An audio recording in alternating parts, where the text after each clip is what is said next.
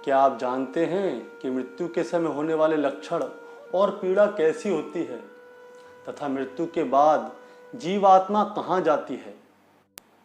गरुड़ पुराण में कहा गया है कि मनुष्य को उसके पाप और पुण्य के अनुसार यातनाएं दी जाती हैं। अर्थात जब जीवात्मा कर्म भोग के कारण अपने वर्तमान शरीर का परित्याग करती है, उस समय मनुष्य के शरीर के साथ क्या होता है, ये सब हम आपको इस प्रस्तुति के माध्यम से बताएंगे। दोस्तों, वैदिक और पौराणिक ज्ञान प्राप्त करने के लिए आप इस वीडियो को ज़्यादा से ज़्यादा शेयर करें और आप लोग इस चैनल को सब्सक्राइब भी कर सकते हैं। तो शुरू करते हैं। मनुष्य संसार में जन्म लेकर अपने पूर्व जन्म में किए गए अच्छे और बुरे कार्य के अनुसार इस जन्म में अपने उस फल को भोगता है, और जब उसके निकट मृत्यु आती है तो वो परिवार के स्नेह के लिए अपने परिवार के बीच में रोता हुआ अपने प्राणों को त्याग देता है। चैतन्य शरीर जब जड़ के समान हो जाता है, जब मृतक के प्राण कंठ में आके ठग जाते हैं, उस समय मृतक को द्रव्य दृष्टि प्रदान हो जाती है, जिसके द्वारा वो समस्त संसार को एक में होके देखता है और कुछ भी बोलने में असमर्थ हो जाता है। इस कारण समीप में आए यमदूतों के भय से प्राण आदि वायु अपने स्थान से चल देती है। उस समय मृत व्यक्ति का एक क्षण भी कल्प के समान बीतता है। 100 बिच्छुओं के काटने पर जो पीड़ा होती है, वैसी ही व्यथा सांसों के निकलने पर होती है। यमदूतों के भय से उस मनुष्य के मुंह से लार और फेम गिरने लगता है।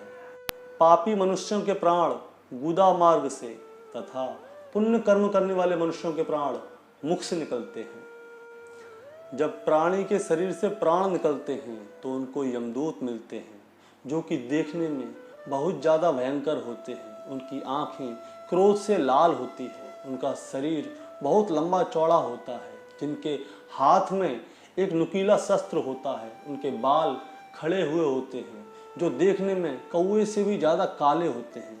वो उस वक्त वहाँ पे आके खड़े हो जाते हैं और उन दूतों को देखकर भय से वो प्राणी अपने मल और मूत्र वहीं पे त्याग करने लगता है, और हाय हाय करता हुआ वो प्राणी अपने शरीर का त्याग करके एक अंगूठे मात्र शरीर को प्राप्त करता है और वो मोह बस अपने घर को देखता है।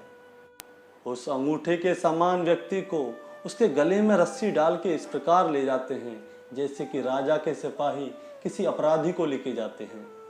जब यमदूत यमलोक उस प्राणी को लेके जाते हैं तो उसको रास्ते में वहाँ के दुखों के बारे में बार बार बताते हैं कि तेरे साथ वहाँ पे क्या क्या हुआ। वो कहते हैं कि हे दुष्ट, तू शीघ्र चल, तुझे हमारे साथ यमराज के घर जाना है और शीघ्र ही हम सब तुझे कुंभी पाप नामक नरक में ले जाएंगे। उस वक्त जो मनुष्य पापी होते हैं, दुरात्मा होते हैं, उसे यमदूत अपने पास बंद में जकड़ के मारते हैं, और जो पुण्यकारी होते हैं यानी कि जो पुण्य आत्मा होते हैं, उन्हें स्वर्ग के पार्षद अपने साथ सुखपूर्वक लेके जाते हैं। उन यमदूतों के धमकाने से उस व्यक्ति का हृदय टूट सा जाता है। भय से कांपते हुए और अपने पापों का स्मरण करते हुए उस जीवात्मा को यमलोक के मार्ग में कुत्तों से कटवाया जाता है, और जब वो मार्ग में भूख और प्यास से पीड़ित हो जाता है तो उसके बाद उसे सूर्य की तपती हुई धूप में, गर्म हवाओं में, जलती हुई रेत में चलाया जाता है, और जब वो छाया और विश्राम रहित मार्ग में चलने में असमर्थ हो जाता है तो उसके बाद यमदूत उसे कोड़ों से मारते हुए उस रेत में घसीटते हुए अपने साथ ले जाते हैं।